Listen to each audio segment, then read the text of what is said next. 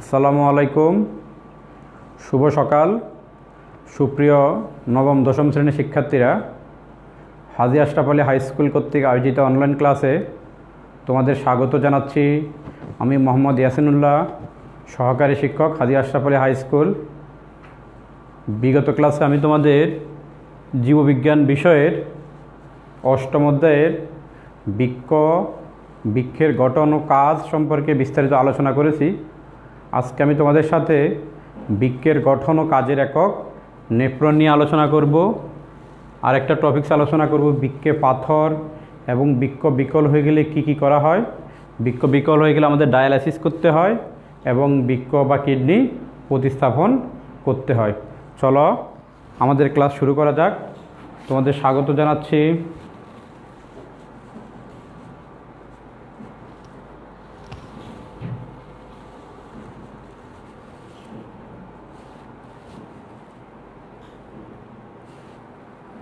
তাহলে আমাদের টপিকস হলো নেফ্রনের গঠন এবং বৃক্কে পাথর, বৃক্ষ বিকল, ডায়ালাইসিস এবং প্রতিস্থাপন।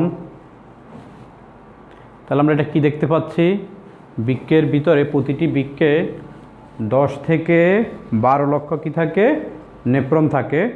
প্রতিটি বৃক্কে 10 থেকে 12 লক্ষ নেফ্রন থাকে। তাহলে নেফ্রন কাকে বলে? দেখো, প্রতিটি বৃক্ষ নেফ্রন দুইটি অংশ নিয়ে গঠিত। একটা হলো রেনাল কর্পাসল আর একটা হলো রেনাল টিউবল। দুইটি অংশ নিয়ে গঠিত।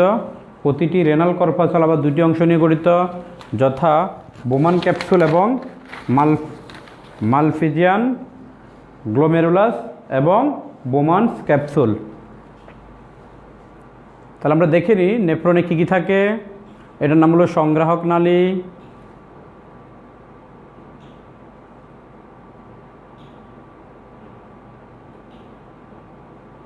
তাহলে নেফ্রন রেনাল কর্পাসল এবং রেনাল টিউবল নিয়ে গঠিত। দেখো, গ্লোমেরুলাস, বোমান ক্যাপসুল, এই দুইটা নিয়ে কি গঠিত? এই দুইটাকে বলা হয় রেনাল কর্পাসল। তাহলে রেনাল কর্পাসল কি নিয়ে গঠিত? রেনাল কর্পাসল গঠিত বোমান ক্যাপসুল এবং গ্লোমেরুলাস নিয়ে। বোমান ক্যাপসুল দ্বিস্তর বিশিষ্ট পেয়ালার মতো একটা অংশ, এটাই হলো বোমান ক্যাপসুল, পেয়ালার মতো একটা অংশ। আর বোমান ক্যাপসুল দ্বিস্তর বিশিষ্ট পেয়ালার মতো একটা অংশ গ্লোমেরুলাস, এটাই হলো কি? এটাই হলো গ্লোমেরুলাস। তাহলে পরীক্ষা আসবে বোমান ক্যাপসুল কি আমরা জানলাম, আর একটা হলো তোমার কি, গ্লোমেরুলাস। গ্লোমেরুলাস একগুচ্ছ কোষিক জালিকা দিয়ে তৈরি। গ্লোমেরুলাস চাকনির মতো কি করে কাজ করে? রক্ত থেকে পরিশ্রুত তরল উৎপন্ন করে। আর এই বজ্র পদার্থটা এখানে এভাবে এসে সংগ্রাহক নালীর মাধ্যমে কি হয়, শরীরের বাইরে বের হয়। তাহলে এটা হলো আমাদের কি, রেনাল কর্পাসল। তাহলে প্রতিটি নেফ্রন দুইটি অংশ নিয়ে গঠিত। কী কী? রেনাল কর্পাসল এবং রেনাল টিউবল। তাহলে নেফ্রনের উপরের অংশটাকে বলা হয় কি তোমার, রেনাল কর্পাসল। উপরের অংশটা হলো রেনাল কর্পাসল। এটা বোমান ক্যাপসুল এবং গ্লোমেরুলাস নিয়ে গঠিত। তাহলে তোমাদের জানতে হবে রেনাল কর্পাসল কি নিয়ে গঠিত। আমরা চলে যাই, রেনাল কর্পাসলের পরের অংশটা কি? এটার নাম হলো মেডুলা অঞ্চল, এটা হলো কর্টেক্স অঞ্চল। এটার নাম হলো নিকটবর্তী পেছানো নালিকা, এটা হলো হেনলির লুপ। এটার নাম হলো প্রান্তীয় পেছানো নালিকা। আমরা আলাদা করে দেখতেছি। বোমান ক্যাপসুল দ্বিস্তর বিশিষ্ট পেয়ালার মতো অংশ, আমি আগেই বলে দিলাম তোমাদের। ধমনী থেকে সৃষ্ট অ্যাফারেন্ট অ্যাটারিওল ক্যাপসুলের ভিতরে 50টি কোষিক নালিকা তৈরি করে। আবার কোষিক নালীগুলি মিলিত হয়ে ইফারেন্ট অ্যাটারিওল সৃষ্টি করে, ক্যাপসুল থেকে বের হয়ে যায়। রেনাল টিউবল সম্পর্কে আমরা এখন দেখব। তাহলে আমরা দেখলাম রেনাল কর্পাসল এবং রেনাল টিউবল। রেনাল টিউবল, এটার নাম হলো নিকটবর্তী পেছানো নালিকা, হেনলির লুপ,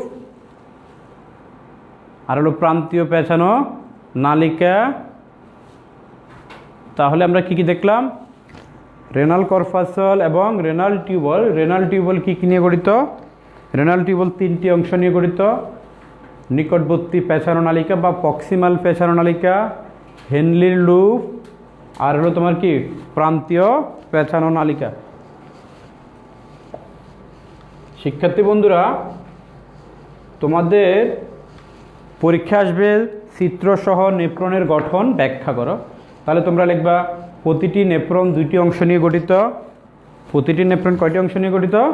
দুইটি অংশ নিয়ে গঠিত। আমি তোমাদের লিখে দিচ্ছি, তোমরা একটু দেখো পরীক্ষায় কীভাবে লিখবে। প্রতিটি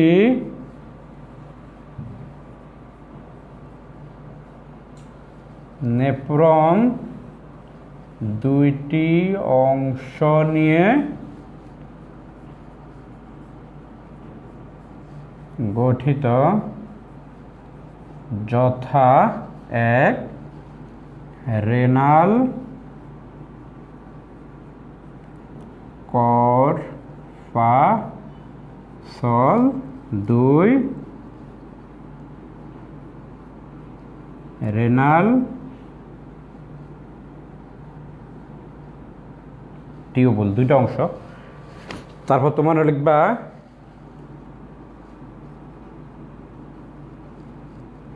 রেনাল কর্পাসল বোম্যান্স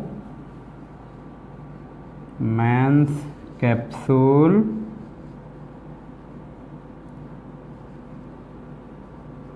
এবং কি নিয়ে গঠিত? গ্লোমেরুলাস, গ্লোমেরুলাস নিয়ে গঠিত, গ্লোমেরুলাস নিয়ে গঠিত। তারপরে লিখবা রেনাল টিউবল। রেনাল টিউবল তিনটি অংশ নিয়ে গঠিত। কি কি? প্রক্সিমাল পেঁচানো নালিকা, হেনলির লুপ, আর হলো কি ডিস্টাল পেঁচানো নালিকা। তাহলে তোমরা দেখো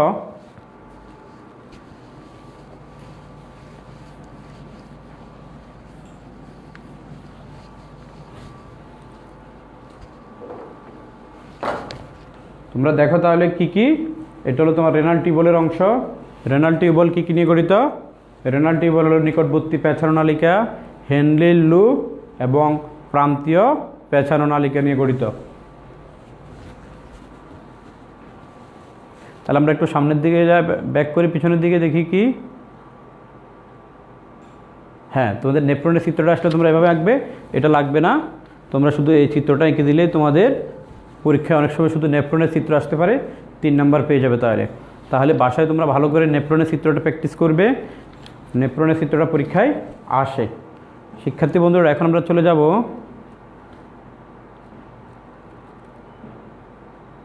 এখানে আমরা কি দেখতে পাচ্ছি? এখানে দেখতে পাচ্ছি আমরা পাথর জাতীয় পদার্থের সৃষ্টি। কি দেখতে পাচ্ছি আমরা? পাথর জাতীয় পদার্থ দেখতে পাচ্ছি। তাহলে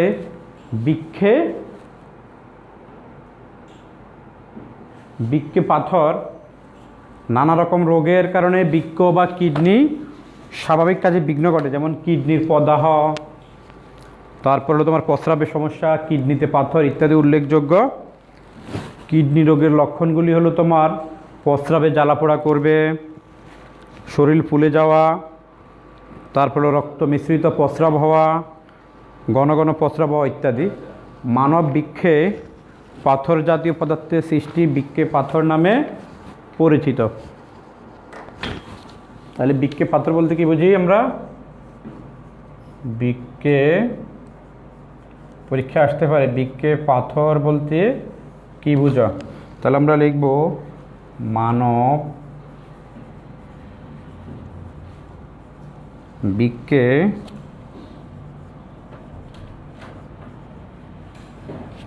উদ্ভূত ছোট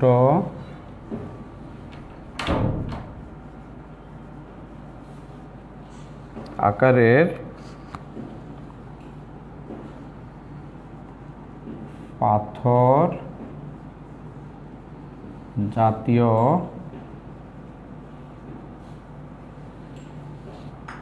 পদার্থের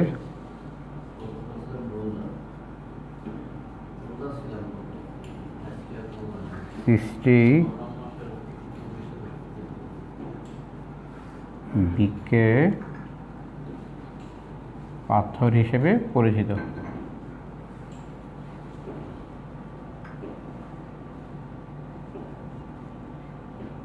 তাহলে তোমরা এটা লিখে নাও, বৃক্কে পাথর বলতে কি বুঝো? মানব বৃক্ষে ছোট পাথর জাতীয় পদার্থের সৃষ্টি হলো বৃক্কে পাথর হিসেবে পরিচিত। বৃক্কে পাথর সবারই হতে পারে, তবে মেয়েদের তুলনায় পুরুষদের পাথর হওয়ার সম্ভাবনা বেশি। অতিরিক্ত শারীরিক ওজন, বৃক্কের সংক্রমণ, কম পানি পান করা, অতিরিক্ত প্রাণীজ আমিষ যেমন মাংস, ডিম খাওয়া ইত্যাদি বৃক্কে পাথর হওয়ার প্রধান কারণ। তাহলে বৃক্কে পাথর হওয়ার সাথে সাথে কোনো সমস্যা দেখা দেয় না। পাথরটা যখন মূত্রনালীতে চলে আসে তখন মূত্রের সাথে কী হয়, রক্ত বের হয়, প্রস্রাবে জ্বালা পোড়া করে, তখনই সমস্যা দেখা দেয়। অধিক কাঁপুনি দিয়ে কী হয়, রোগীর জ্বর আসে। এখন দেখো বৃক্কে পাথরের কি হয় চিকিৎসা আছে। আধুনিক যে চিকিৎসার মাধ্যমে বৃক্কে পাথর দূর করা হয় সেই চিকিৎসাটার নাম হলো ইউটেরোস্কোপিক। কোন পদ্ধতি? ইউটেরোস্কোপিক পদ্ধতিতে।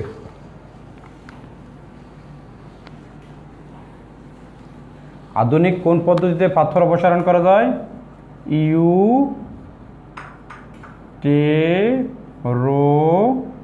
ইউটেরোস্কোপিক।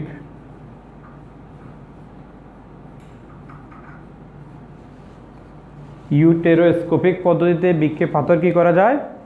দূর করা যায়, অথবা বৃক্কে অস্ত্রোপচারের মাধ্যমে পাথর দূর করা যায়। এটা হলো আধুনিক পদ্ধতি। ইউটেরোস্কোপিক হলো কি পদ্ধতি? আধুনিক পদ্ধতি।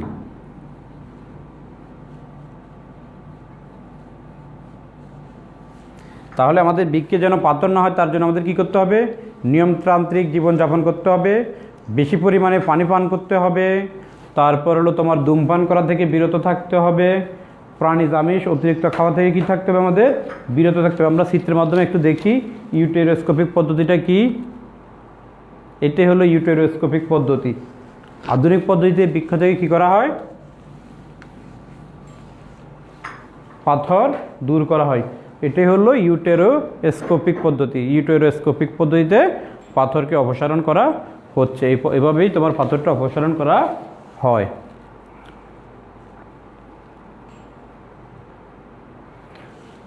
কিডনি যখন বিকল হয়ে যায় তখন দেহে উৎপন্ন মূত্র বের হতে পারবে না, ক্রিয়েটিনিন সহ নানা বজ্র রক্তে বেড়ে যাবে। এই জন্য আমাদের কী করতে হবে? এই জন্য আমাদের যেটা করতে হবে সেটা হলো বৃক্কে পাথর হওয়ার পরে বৃক্ক বিকল হয়ে যায়, তারপর তোমার হলো ডায়ালাইসিস এবং প্রতিস্থাপন করতে হবে। আমরা একটু দেখি, তারপর আমরা চিত্রের মাধ্যমে দেখব। নেফ্রাইটিস, ডায়াবেটিস, উচ্চ রক্তচাপ, কিডনিতে পাথর ইত্যাদি কারণে আমাদের কিডনি কী হয়ে যায়? ধীরে ধীরে বিকল বা অকেজো হয়ে যায়। বৃক্ক যখন অকেজো হয়ে যায় তখন কৃত্রিম পদ্ধতিতে রক্ত পরিশোধন করতে হয়, আর এটাকে বলা হয় কি তোমার? ডায়ালাইসিস। কিডনি যখন বিকল হয়ে যাবে তখন আমাদের কি করতে হবে? ডায়ালাইসিসের মাধ্যমে রক্ত পরিশোধিত করতে হবে। কিডনি বিকল হয়ে গেলে আমাদের কী করতে হবে? দুইটা পদ্ধতি আছে, একটা হলো ডায়ালাইসিস আর একটা হলো কি? প্রতিস্থাপন। তাহলে পরীক্ষায় আসবে ডায়ালাইসিস কি? কিডনি বিকল হওয়ার পর কৃত্রিম উপায়ে বৈজ্ঞানিক পদ্ধতিতে রক্ত পরিশোধন করার নামই হলো কি? ডায়ালাইসিস। ডায়ালাইসিসের মাধ্যমে কিডনি কি করা হয়? মানে কিডনি সম্পূর্ণ সুস্থ হয় না, ডায়ালাইসিসের মাধ্যমে আমাদের কিডনি যে রক্ত পরিশোধিত করে সে পরিশোধনের কাজটা করা হয়। এটা কিন্তু আমাদের স্থায়ী কোনো কি না চিকিৎসা না। এছাড়াও কিডনি প্রতিস্থাপন করা যায়। কিডনি কি করা যায়? প্রতিস্থাপন করা যায়। তাহলে আমরা দেখবো এখন ডায়ালাইসিস এবং কিডনি প্রতিস্থাপনটা কি। তোমরা ডায়ালাইসিসটা একটু লিখে নাও। ডায়ালাইসিস কাকে বলে? ডায়ালাইসিস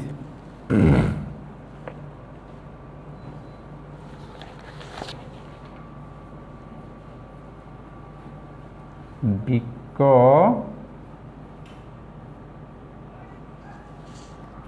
সম্পূর্ণ অকেজো বা বিকল, মানে বৃক্ক যখন ঠিকমতো কাজ করতে পারে না, বৃক্ক সম্পূর্ণ অকেজো বা বিকল হবার পর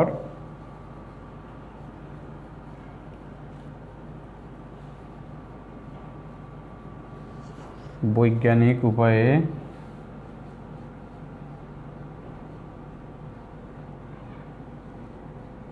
রক্ত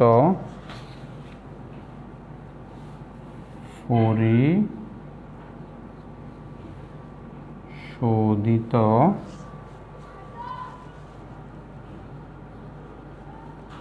করার নাম ডায়ালাইসিস।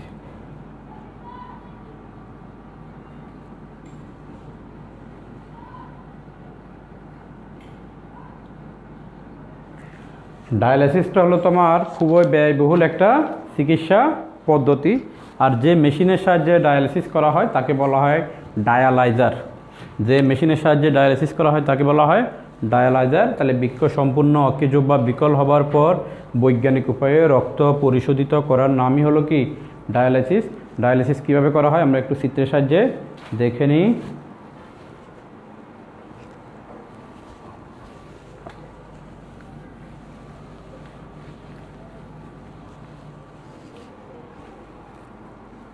ডায়ালাইসিস প্রক্রিয়াটি দেখো, তোমরা দেখতে থাকো, আমি তোমাদের বলে দিচ্ছি। ডায়ালাইসিস মেশিনের সাহায্যে রক্ত কী করা হয়, পরিশোধিত করা হয়। এই মেশিনের ডায়ালাইসিস টিউবের এক প্রান্ত রোগীর কবজির ধমনির সাথে আরেক প্রান্ত রোগীর কিসের সাথে যুক্ত করা হয়, শিরার সাথে যুক্ত করা হয়। ধমনি থেকে রক্ত কি হয়, ধমনি থেকে তোমার রক্ত বের হয়ে যায়, তারপর ডায়ালাইজার মেশিনের মাধ্যমে রক্ত পরিশোধিত হয়ে শিরার মাধ্যমে আবার রক্ত কোথায় প্রবেশ করে, শরীরের মধ্যে প্রবেশ করে। ডায়ালাইসিস মেশিনটি বৈষম্যবৃদ্ধ হওয়া ইউরিক অ্যাসিড ক্ষতিকর পদার্থ বেরিয়ে আসে। ডায়ালাইসিস টিউবটি এমন একটি তরলের মধ্যে ডুবানো থাকে যার গঠন রক্তের প্লাজমার অনুরূপ। এভাবে ডায়ালাইসিস মেশিনের সাহায্যে রক্ত থেকে ক্ষতিকর বজ্র পদার্থগুলো কী হয়ে যায়, বের হয়ে যায়। তাহলে তোমরা দেখো, হাতের ধমনী থেকে রক্তগুলো কি হয়ে যায়, বের হয়ে যায়। বের হয়ে যাওয়ার পর এখানে পরিশোধিত হয়ে আবার শিরার মাধ্যমে কোথায় প্রবেশ করে, শরীরে প্রবেশ করে। ডায়ালাইসিস করা হয় এভাবে। এটা খুবই ব্যয়বহুল এবং সময় সাপেক্ষ একটা পদ্ধতি। তোমরা ডায়ালাইসিস পদ্ধতিটি দেখে নাও।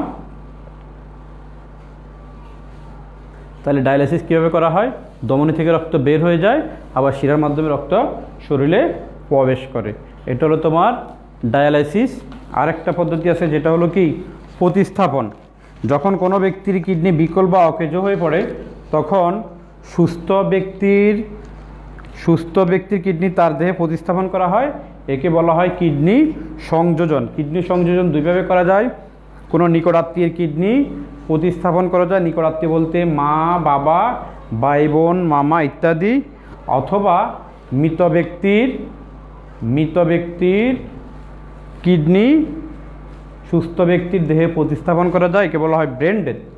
আর ব্রেন ডেথ বলতে বোঝায় ব্যক্তি মৃত হওয়ার পরই তার শরীরের বিভিন্ন অঙ্গ প্রত্যঙ্গ কী থাকে, তখনও জীবিত থাকে। আর এর জন্য আমাদের কি করতে হবে, টিস্যু ম্যাচ করতে হবে। এটাও একটু জটিল এবং ব্যয়বহুল পদ্ধতি।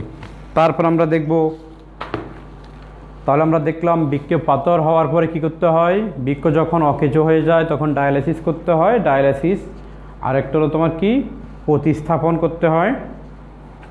এখন আমরা দেখব আমাদের মূত্রনালী সুস্থ রাখার জন্য আমাদের কি করতে হবে। মূত্রনালী সুস্থ রাখার জন্য আমাদের ধূমপান এবং ব্যথা নিরাময়ের, ধূমপান করা যাবে না, ব্যথা নিরাময়ের ওষুধ পরিহার করতে হবে, নিয়ম মতো পানি পান করতে হবে এবং নিয়মতান্ত্রিক জীবনযাপন করতে হবে। ঠিক আছে শিক্ষার্থী বন্ধুরা, এখন আমি যে এতক্ষণ তোমাদের যে টপিক্সটা পড়ালাম এই টপিক্সের আন্ডারে তোমরা একটা সৃজনশীল লিখে নাও। কীরকম সৃজনশীল হতে পারে এখান থেকে আমরা দেখে নিই কীরকম সৃজনশীল হতে পারে।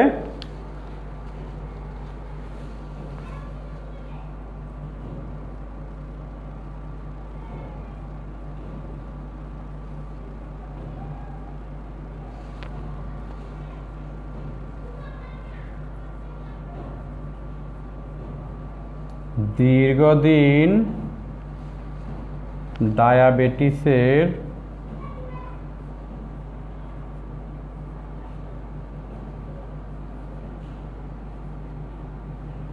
কারণে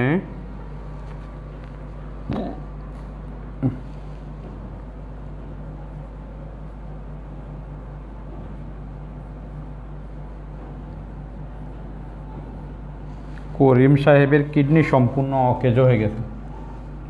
করিম সাহেবের কিডনি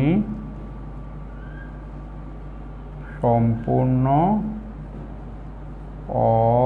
কে জো হয়ে গেছে।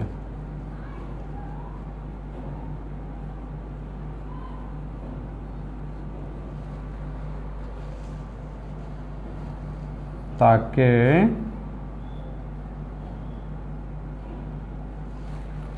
সুস্থ রাখতে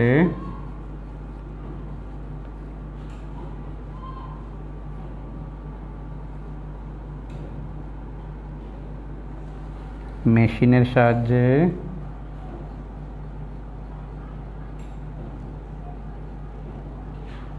তার রক্ত পরিশোধন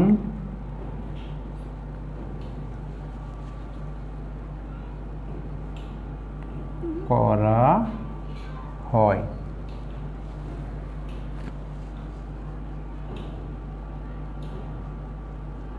নেফ্রন কি, আমি পাশে লিখে দিলাম।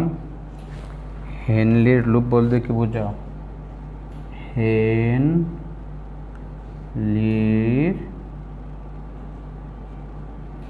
লুপ বলতে কি বুঝো?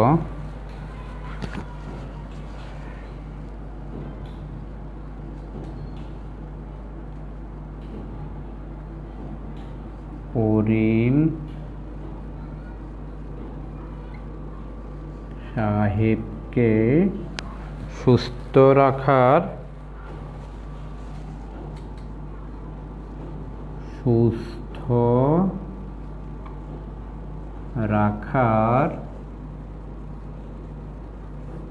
গৃহীত পদ্ধতিটি বর্ণনা করা। তাহলে করিম সাহেবকে সুস্থ রাখার যে গৃহীত পদ্ধতি গ্রহণ করা হয়েছে সেই পদ্ধতিটার নাম কি? সেই পদ্ধতিটার নাম হলো কিছুক্ষণ আগে আমি যেটা বলে দিলাম সেটাই, আর সেটাই হলো ডায়ালাইসিস। সেটা হলো ডায়ালাইসিস। তারপরে শেষের অংশ, শেষেরটা কি থাকতে পারে? উক্ত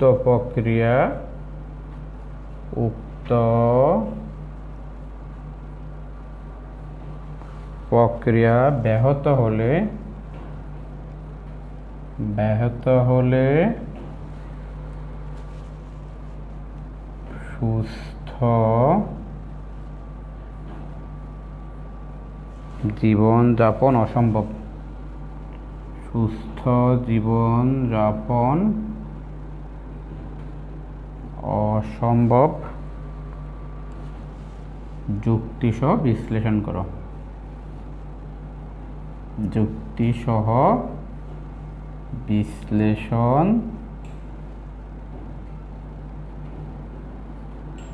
করো। তাহলে আমি যে টপিকসটা পড়ালাম তোমাদের, ডায়ালাইসিস এবং কিডনি বিকল হলে কী করতে হবে? প্রতিস্থাপন করতে হবে অথবা ডায়ালিসিস করতে হবে, সেটার অধীনে তোমাদের এই সৃজনশীলটা আসতে পারে। এভাবে সৃজনশীলটা আসবে, এটা তোমরা বাসায় প্র্যাকটিস করবে। তাহলে আমরা দেখলাম ডায়ালাইসিস কীভাবে হয়। এভাবে হলো ডায়ালাইসিস।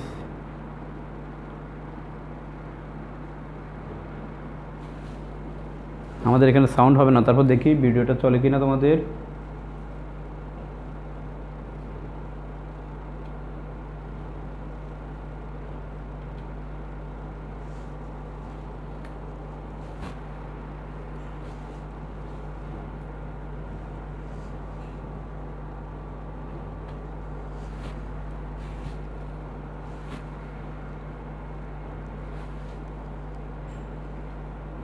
আমাদের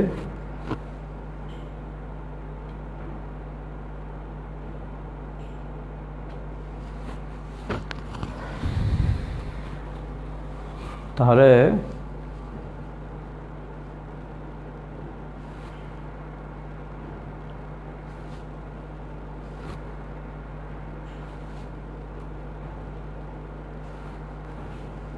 আচ্ছা, তোমাদের বাড়ির কাজ থাকবে নেফ্রনের চিহ্নিত চিত্রসহ নেফ্রনের গঠন এবং ডায়ালাইসিস প্রক্রিয়াটি বর্ণনা করো। তাহলে আজ এই পর্যন্তই। শিক্ষার্থী বন্ধুরা, তোমরা সবাই ভালো থাকবে। আগামী ক্লাসে আবার দেখা হবে। সবাইকে ধন্যবাদ।